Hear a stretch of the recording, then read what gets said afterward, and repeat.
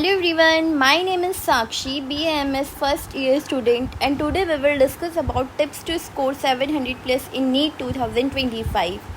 So first tip is that understand the exam pattern. आपको सबसे पहले अपना एग्ज़ाम पैटर्न समझने की ज़रूरत है कि आपका एग्ज़ाम पैटर्न क्या है.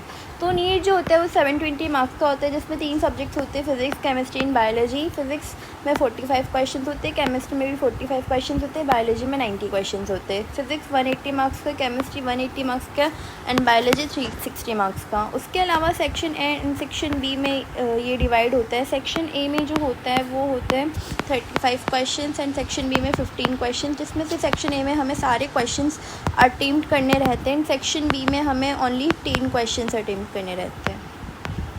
तो ये आपका एग्ज़ाम पैटर्न है. Second tip is that identify your strength and weakness. ये इंपॉर्टेंट है क्योंकि स्ट्रेंथ, आपका जो भी टॉपिक स्ट्रॉन्ग होगा वो आपकी स्ट्रेंथ होगी, और जो आपका वीक टॉपिक होगा वो आपकी वीकनेस होगी. तो स्ट्रेंथ टॉपिक पे आप कम फोकस करोगे क्योंकि वो आपको पहले से आता है, लेकिन वीक टॉपिक पे आपको ज़्यादा फोकस करना पड़ेगा उसको, ताकि वो आपका स्ट्रॉन्ग हो जाए वीक टॉपिक. तो ये आपकी स्ट्रेंथ और वीकनेस के बारे में आपको पता होना चाहिए. Third tip is that create a top notch time table. आपको जब से आप नीट की प्रिपरेशन स्टार्ट करते हो टिल द एंड, जब तक नीट ख़त्म नहीं हो जाता, नीट का एग्ज़ाम नहीं हो जाता, तब तक आपको एक टाइम टेबल, एक रूटीन होना चाहिए खुद का, जिसको आपको स्टार्ट प्रिपरेशन जब से आप स्टार्ट करते हो तब से जब तक नीट का एग्ज़ाम नहीं हो जाता तब तक उसको ही फॉलो करना है. तो एक टॉप नॉच टाइम टेबल आपके पास में होना चाहिए. उसके बाद में बिगिन विद NCERT बुक्स. हमेशा नीट की प्रिपरेशन जब भी हम स्टार्ट करते तो NCERT बुक से को ही प्रीफर करो, प्रायोरिटी NCERT को ही दो. इन बायोलॉजी NCERT से बाहर नहीं पढ़ना है. केमिस्ट्री एंड फिज़िक्स के अंदर मैं बता देती हूँ हमको कि केमिस्ट्री के अंदर इन टेक्स्ट के क्वेश्चन सॉल्व करो NCERT से. एक्सरसाइज जो चैप्टर के पीछे एक्सरसाइज दी जाती है उसको NCERT से सॉल्व करनी है अपन को. फिज़िक्स में भी सेम हमें यही करना है कि इन टेक्स्ट के क्वेश्चन सॉल्व करने हैं NCERT से एंड एक्सरसाइज, क्योंकि इसमें से नीट में से क्वेश्चन पूछा जाता है इसलिए ये इम्पॉर्टेंट है. प्लस थ्योरी, क्योंकि पिछले कुछ सालों से नीट में थ्योरीटिकल पेपर ज़्यादा आने लग गए हैं. तो केमिस्ट्री और फिज़िक्स की हमें थ्योरी NCERT से ही पढ़नी है. ओके. उसके बाद में है हमारे पास 4th पॉइंट हो गया NCERT बुक. 5th पॉइंट है practice practice practice.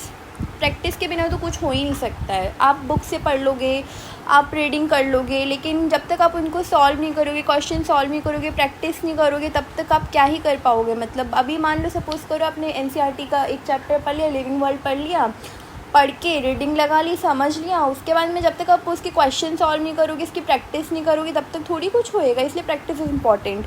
6th point is solve full length mock papers. Suppose करो अपने केमिस्ट्री, बायो एंड फिज़िक्स का एक चैप्टर पढ़ लिया है, एक चैप्टर तीनों सब्जेक्ट से पढ़ लिया है, तो उन चैप्टर्स का आपको मॉक पेपर्स देना है, ताकि आपको अपनी स्ट्रेंथ और वीकनेस के बारे में वहाँ पर पता चले कि आप कौन सा स्ट्रॉन्ग टॉपिक है एंड कौन सा वीक टॉपिक है. 7th tip is that prepare notes. Notes important है. शॉर्ट नोट्स बनाओ. कोचिंग में जो नोट्स होते हैं उनको बनाओ, उससे रिवीजन करो. नोट्स क्योंकि हेल्प करते हैं लास्ट में आपको रिवीजन में, इसलिए don't underestimate the power of revision सबसे मेन जो पॉइंट है वो है रिवीजन करना. जब तक आप रिवीजन नहीं करोगे तब तक आपको कुछ याद ही नहीं रहेगा. अपन रिवीजन करेंगे, बार बार रिवीजन करते रहेंगे.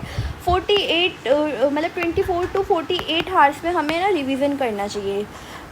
कोई सा भी हम टॉपिक पढ़ते, चैप्टर पढ़ते, उसको 24 to 48 आवर्स में हमें रिवीजन कर लेना है, ताकि वो हमें लॉन्ग टाइम तक याद रहे. हम have a healthy diet. Healthy diet अच्छा खाएंगे तो अच्छे रहेंगे, स्वस्थ रहेंगे, हेल्दी रहेंगे.